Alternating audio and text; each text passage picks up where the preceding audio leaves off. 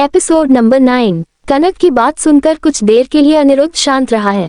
उसने बहुत ही धीमी आवाज में कहा, मैं तुम्हें एक एड्रेस भेज रहा हूँ, वहाँ जाकर चेक करो। वह एक टैटू आर्टिस्ट की शॉप है, वहाँ का ओनर अपनी चीजों में व्यस्त है और मेरा दोस्त भी है, इसलिए किसी को कुछ पता नहीं चलेगा। Thank you so much. इतना कहने के बाद कनक और अनिरुद्ध काम और आरुषि के बारे में लगातार बातें करने लगे। उसके बाद कॉल कट कर दिया। कॉल कट होने के बाद कनक दिमाग पूरी तरह से आरुषि की ख्यालों से घिर गया था। स्पेशली जब जब उसे आरुषि का पीला और बेजान चेहरा नजर आता, तब तब उसके दिल में और दर्द उठता। आरुषि भी उसकी बेटी थी। भगवान ने कनक पर बहुत दया दिखाई थी जो उसे जुड़वा बच्चों को जन्म दिया था, लेकिन जहां अहिर बहुत ही हेल्दी और एक नॉर्मल बच्चा था, वही बदकिस्मती से आरुषि उसकी जुड़वा बहन के ऊपर उस आग वाले हादसे का असर हो गया था। और जब वह पैदा हुई थी तो कई महीनों तक इंक्यूबेटर में रही थी। एक बार तो डॉक्टर ने यह भी कह दिया था कि आरुषि को जिंदा रखने का कोई फायदा नहीं है, लेकिन शायद कनक की प्रार्थनाओं ने और अनिरुद्ध के इन्फ्लुएंस और फाइनल सन सपोर्ट ने उसे उस वक्त बचा लिया। लेकिन जल्दी ही डॉक्टर ने उन्हें भी बताया कि आरुषि की दोनों किडनी बचपन से ही खराब है और उनके बिना वह ज्यादा दिनों तक जिंदा भी नहीं रह पाएगी। 365 दिनों में से 265 दिन उसकी मासूम सी बच्ची को हॉस्पिटल में ही रहना पड़ता था। पूरे साल तक वह दवाइयों और इंजेक्शंस के बल पर जीती थी। जब जब आरुषि का वह चेहरा, आरुषि का दर्द कनक दिमाग में आता, वह खुद को रुद्र से नफरत करने से रोक नहीं पाती।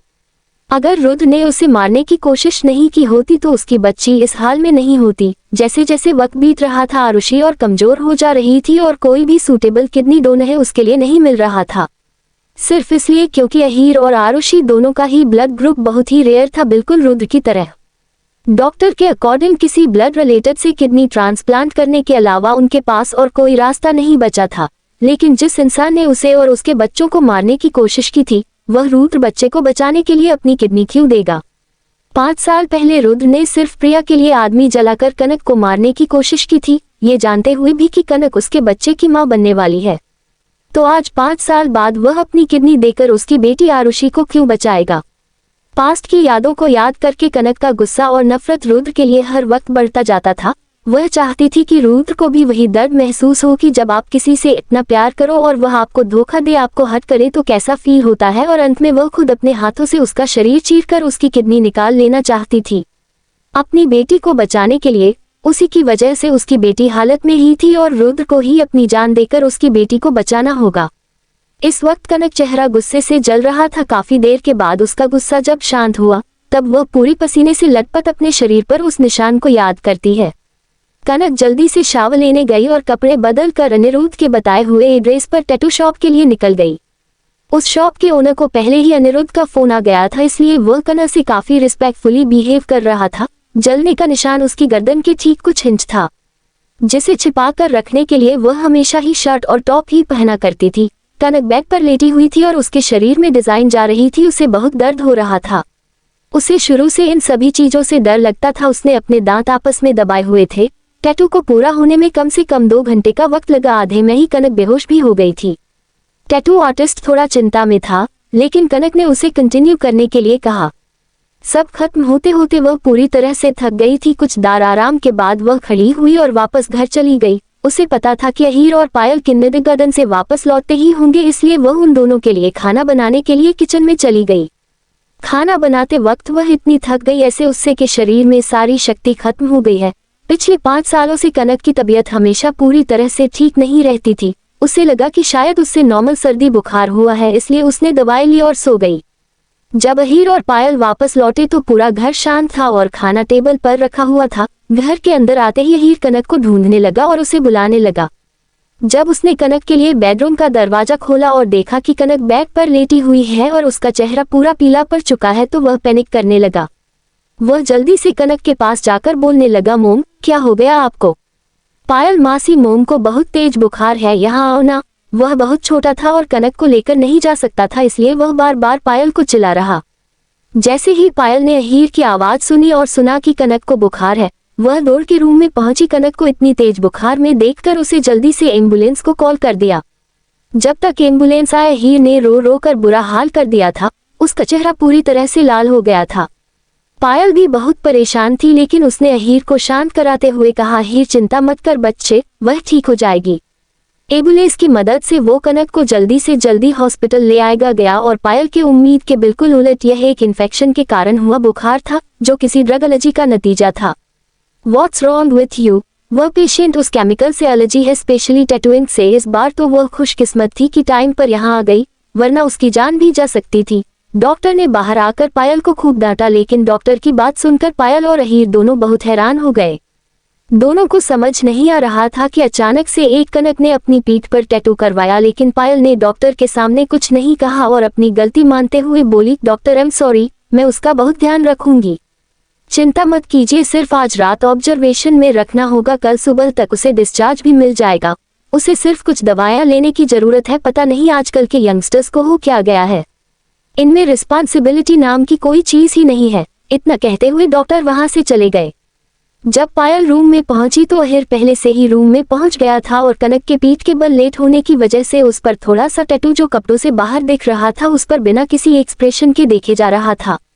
अहिर ने मन ही मन कहा, मॉम को कभी टैटू पसंद नहीं थे, हुआ क्या है और उन्होंने ऐसा किया क्यों? बात आई तो है जो समझ में नहीं आ रही थी, लेकिन उसके चेहरे के एक्सप्रेशन बहुत सख्त थे। उसने मन ही मन ठान लिया था कि कुछ भी हो जाए वह इस बारे में पता लगा लेगा। आगे कहानी में क्या होगा जाने के लिए पढ़ते रहिए रिवेंज ए कॉम्प्लिकेटेड लव स्टोरी, और कमेंट और लाइक जरूर कीजिए जिससे हमें प्रोत्साहन मिले। Episode number 10। अहीर ने कोल्डली कहा, कौन जानता है कि तुम झूठ बोल रहे हो।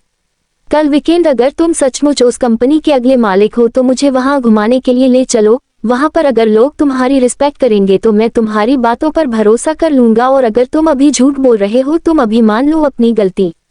नहीं, मैं तुम्हें अपनी डैड की कंपनी में कल लेकर चलूंगा। कल सुबह 8 बजे मैं तुम्हारा किंडरगार्टन के गेट पर इंतजार करूंगा। जब अहीर ने उसकी पहचान पर सवाल उठाया तो वंश ने बिना कुछ सोचे समझे उसे इनवाइट कर लिया, और वंश की बातें सुनकर अहीर के चेहरे पर एक डेविल स्माइल आ गई। ओके, कल सुबह मिलते हैं, इतना कहकर अहीर ने कॉल कट कर दिया। इस वक्त मुस्कुराते हुए वो छोटा शैतान लग रहा था जिसने बहुत बड़ी प्लानिंग कर रखी है। वहीं दूसरी तरफ हॉस्पिटल में कनक का दिमाग एक बार फिर 5 साल पुरानी उस आग में जाकर फंस गया था। वह पूरी तरह आग से गिरी हुई थी और लगातार मदद के लिए चलाई जा रही थी। प्लीज हेल्प मी, प्लीज, वह बार बार चिल्ला रही थी। पूरा चेहरा पसीने से लथपथ था। जब पायल ने उसे इस तरह देखा तो जल्दी से उसका हाथ पकड़ लिया और उसे समझाते हुए कहने लगी, सब ठीक है कनक, ओके, मैं हूँ तुम्हारे साथ, यहीं पर हूँ, डरो मत। पायल को डिटेल में नहीं पता था कि 5 साल पहले एग्जैक्टली क्या एक्सपीरियंस किया था, लेकिन पूरा शहर जानता था कि 5 साल पहले उस भयंकर आग में उसकी मौत हुई थी। पायल को पता था कि यह उसी हादसे का असर है। बहुत दर्द हो रहा है, प्लीज बचाओ, मैं मर जाऊंगी। कनक ने बहुत ही तेज पकड़ के साथ पायल का हाथ पकड़ा हुआ था, जैसे उसने अपनी जिंदगी की आखिरी उम्मीद को पकड़ रखा हो। उसने अपने शरीर से सारी ताकत उसने इस्तेमाल कर दी थी। इनफैक्ट उसके नाखून भी पायल हाथ में गड़ रहे थे, जिससे हल्का हल्का खून आ रहा था, लेकिन फिर भी पहले कुछ नहीं कहा और उसके दिमाग में अलग ही कंफ्यूज हो रहे थे। तुमने ऐसा क्या खतरनाक एक्सपीरियंस किया है कनक, और तुम टैटू क्यों करवाया? कनक, तुम्हारी बहुत सारे सिक्रेट है अकेले हैंडल करने के लिए, मैं कैसे तुम्हारी मदद करूं? ये सब कहते कहते पायल की आंखें नम हो गई। वह किसी भी तरह कनक को इंसाफ दिलाना चाहती थी। वह उस इंसान को मार डालना चाहती थी, लेकिन वह इंसान रुद्र ठाकुर था। इस शहर का ही नहीं, इस देश का सबसे बड़ा बिजनेसमैन जिसके इशारे पर दिल्ली शहर चलता था। वह सिर्फ एक मामूली सी टीचर, वह इंसान का क्या ही बिगाड़ सकती थी। वह सिर्फ इतना कर सकती थी कि वह कनक की हर बात माने और हर तरह से छोटी मोटी चीजें उसकी मदद करने की कोशिश करे। पायल यह महसूस कर सकती थी कि कनक यहाँ सिर्फ काम के लिए नहीं आई है। कनक दिमाग में जरूर कोई प्लान चल रहा है, लेकिन कनक ने उसे इस बारे में कुछ नहीं बताया, इसलिए पायल ने भी नहीं पूछा। अब कनक को इतने दर्द में देखकर पायल को अपने ना पूछने पर अफसोस हो रहा था। तकरीबन 1 घंटे तक कनक इसी तरह दर्द के मारे चिल्लाती रही, तब जाकर शांत हुई, लेकिन फिर भी उसकी आंखों के कोनों से आंसू बह रहे थे और वह धीरे धीरे सिर्फ यही बड़बड़ा रही थी, क्यों क्यों, और वह हीर और आरुषि का नाम ले रही थी। इसी तरह पूरी रात बीत गई। अगली सुबह जब वह धीरे धीरे आंखें खोलने के बाद उसने सामने वाइट सीलिंग और फिर अपने बेड कर देखा, उसे थोड़ा वक्त लगा, तब जाकर उसे एहसास हुआ कि वह इस वक्त है कहाँ। उसने जैसे ही अपना हाथ हिलाया पायल की नींद खुल गई। तुम उठ गई, तू कैसा फील कर रही हो? पहले मुझे डॉक्टर को लाने दो। इतना कहकर पायल बिना कनक की जवाब सुने और उससे बोलने का मौका दिया दरवाजे से बाहर भाग गई। कनक ने भी कुछ नहीं कहा। उसे इस वक्त पूरी बॉडी में दर्द और कमजोरी महसूस हो रही थी। दिल्ली शहर सच में उसके लिए नहीं है, इसीलिए तो यहाँ आते ही वह बीमार हो गई। जब डॉक्टर चेक करने के लिए आए तब उन्होंने कहा कि कनक अब काफी बेहतर है। डॉक्टर ने भी इस तरह के काम करने से उसकी लाइफ में पड़ सकती है। इस बार तो वो टाइम पर बच गई है और उसे कुछ दवाइयाँ खाने होगी ताकि वह ठीक हो जाए। डॉक्टर ने कहा प्लीज बड़े इंसान की बिहेव करो, तुम्हें जब टैटूइंग से एलर्जी है तो तू करवाया क्यों? तुम्हें मरना था। कनक ने डॉक्टर की बातों का कोई जवाब नहीं दिया। हाँ, उसे एलर्जी था, उसे टैटूइंग के अलावा और कोई चीज से एलर्जी थी। पहले उसे बहुत कम एलर्जी थी, लेकिन जब उसने अहीर और आरुषि को जन्म दिया और अनिरुद्ध ने उसकी प्लास्टिक सर्जरी करवाई तो उन दवाइयों का असर की वजह से उसकी एलर्जी से कई गुना ज्यादा हद तक बढ़ चुकी थी। इन बीते 5 सालों में वह कई बार ऐसे ही बीमार पड़ गई थी, क्योंकि उसे नहीं पता था कि उसकी एलर्जी किन किन चीजों से हो गई है। लेकिन किस्मत अच्छी थी, उसकी हर वक्त आने पर अनिरुद्ध उसके साथ होता था, इसलिए वह जिंदा बच पाई। अगर रुद्र उसको उस पर शक नहीं होता और उसकी बॉडी को देखने की कोशिश नहीं करता तो वह कभी भी अपने जलने के निशान छुपाने के लिए टैटू कराने का रिस्क नहीं देती। लेकिन वह इस बारे में डॉक्टर को कैसे बताएं? डॉक्टर ने जब देखा कि कनक उसकी बात सुन रही है तो वह सेटिस्फाई हो गए और कुछ इंस्ट्रक्शन देने के बाद उन्होंने कह दिया कि कनक किसी भी वक्त घर जा सकती है। डॉक्टर की तुरंत जाने के बाद पायल की तरफ मुड़ी और गुस्से में चिल्लाती हुई बोली, क्यों करवाया तुमने टैटू? जब तुम्हें पता था कि तुम्हें ड्रग से एलर्जी है तो क्यों कर रही है? और यह मत कहना कि तुम्हें अब पता चला है। कनक ने देखा कि पायल बिना सच्चाई जाने नहीं मानने वाली तो उसने देरे और सॉफ्ट आवाज में पायल को सारी सच्चाई बता दी। तुम पागल हो गई हो, तुमने अपनी जान खतरे में डाली सिर्फ और सिर्फ रुद्र से अपनी आइडेंटिटी छुपाने के लिए, उस कमीने इंसान के लिए। क्या तुमने सोचा अगर तुम्हें कुछ हो जाता तो तुमने कभी सोचा इस बारे में? पायल सचमुच बहुत ज्यादा गुस्सा में थी। कनक ने बहुत ही धीमी आवाज में कहा, मुझे उस टैटू आर्ट्स के बारे में बताया था। मुझे पता है यह एक्सीडेंट है, क्योंकि इंसान ने पूरी कोशिश की होगी एलर्जी से बचाने की, लेकिन ये बुरा हो गया। डोंट वरी, मैं बिल्कुल ठीक हूँ। मैं जब घर जाऊंगी तो मेरे पास कुछ दवाइयाँ हैं, मैं वो खा लूंगी और ठीक हो जाऊंगी। मेरा ऐसा कोई इरादा नहीं था और ना ही मुझे लगा था कि मैं तुम्हें और अहीर को इतना डरा दूंगी। बाय द वे, अहीर कहाँ है? खुशकिस्मती की बात है कि तुम्हें अपने बेटे के बारे में याद तो है, पायल ने गुस्से में कहा। वह इस वक्त भी बहुत ज्यादा गुस्से में थी, लेकिन वह कनक और ज्यादा ब्लेम नहीं कर सकती थी। पिछले कई सालों से कनक ने बहुत कुछ सहा था, भले ही कनक रुद्र की जान ही क्यों ना ले ले, पायल फिर भी समझ जाएगी और उसका पूरा साथ देगी। बताओ ना वह कहाँ है? कनक ने उसका हाथ एक शरारती बच्चे की तरह हिलाते हुए कहा। उसे इस तरह देखकर पायल ने उसके सर पर धीरे से मारा और कहा, यह एक हॉस्पिटल है, यहाँ पर हाइजीन ऐसी होता है क्या? तुम्हें लगता है कि मैं उसे यहाँ छोड़ देती? वह घर पर है, अगर तुम्हें अच्छा लग रहा है तो जाकर पेपर कंप्लीट कर देते, डिस्चार्ज करके घर ले चलती हूँ। मुझे भी उस बदमाश की बहुत चिंता हो रही है।